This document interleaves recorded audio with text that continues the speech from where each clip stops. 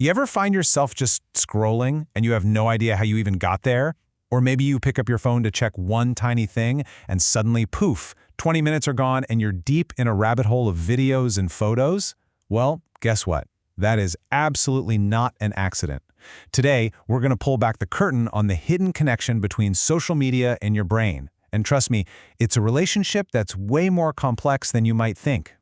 So, let's just start with a really big question. We spend so much of our lives on these platforms, right? We're building friendships, communities, even our own identities. But have we ever really stopped to ask, are our brains actually built for this? Turns out, our ancient social wiring might be getting a serious shock from our very modern digital world. Okay, so let's get right into it. What is actually happening inside your head? Using social media can feel like second nature at this point, but it's interacting with parts of our brain that are, still figuring out how to navigate really complex social situations.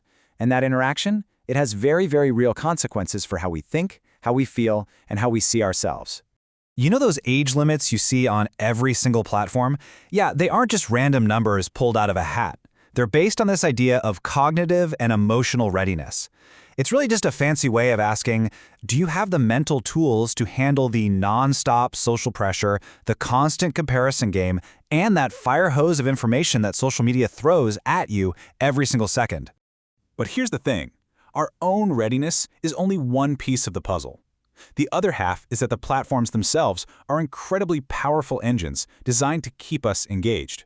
And this brings us to the science of the hook, the very intentional design choices and psychological tricks used to grab your attention and hold on to it for as long as possible. So what's at the heart of this hook? It's a simple but really powerful chemical called dopamine. Think of it as your brain's own little reward system, that little rush of pleasure you feel when something good happens. And on social media, every single notification, every comment, and especially every single like is literally engineered to be a potential trigger for that exact feeling. And that little chemical reaction creates this incredibly potent, non-stop cycle. It's simple, right? You post something, you get a positive reaction, and boom, your brain releases that rewarding dopamine. That good feeling makes you want to do it all over again. It's a feedback loop. The exact same mechanism, by the way, that makes slot machines so addictive. It basically trains you to check your phone over and over, building a habit that can be really, really tough to break. But of course, it's not all just about chasing dopamine. We're on these platforms for genuine human connection. And this is where we see the central paradox of our online lives. It's this constant, kind of dizzying balancing act between the amazing highs of finding your community and the very real lows that come from constant comparison. It feels like for every promise social media makes, there's a hidden price tag. You log on looking for connection, but the cost can be this 24/7 connectivity that leaves zero room to just be quiet.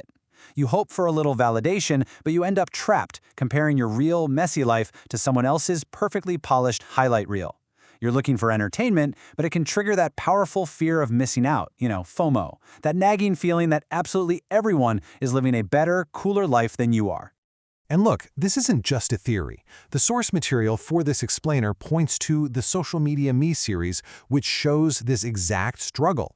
It follows real teens as they try to figure out their identity, their self-worth, and their friendships in a world where it feels like you're always being watched and judged online. So, after hearing about the brain science, the addictive design, and that psychological tug-of-war, what can we actually do about it? Well, this is where we pivot. We're going to shift from just understanding the problem to actually building the solution.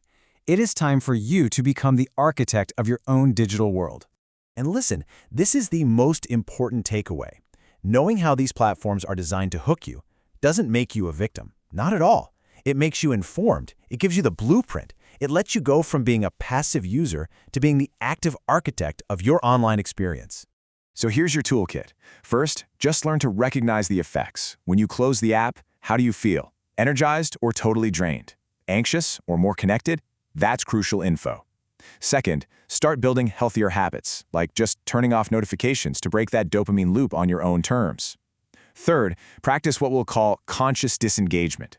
That means making the deliberate choice to log off and be fully present in your actual life. And finally, you put it all together to find your balance between the online world and the offline one. Okay, so we've seen how our brains are wired. We've seen how the platforms are designed, and we've seen the impact it all has on us. But knowledge is power, It gives you the blueprint and the tools to build a digital life that actually serves you, not the algorithm. So that just leaves us with one final thought. Who's the architect now?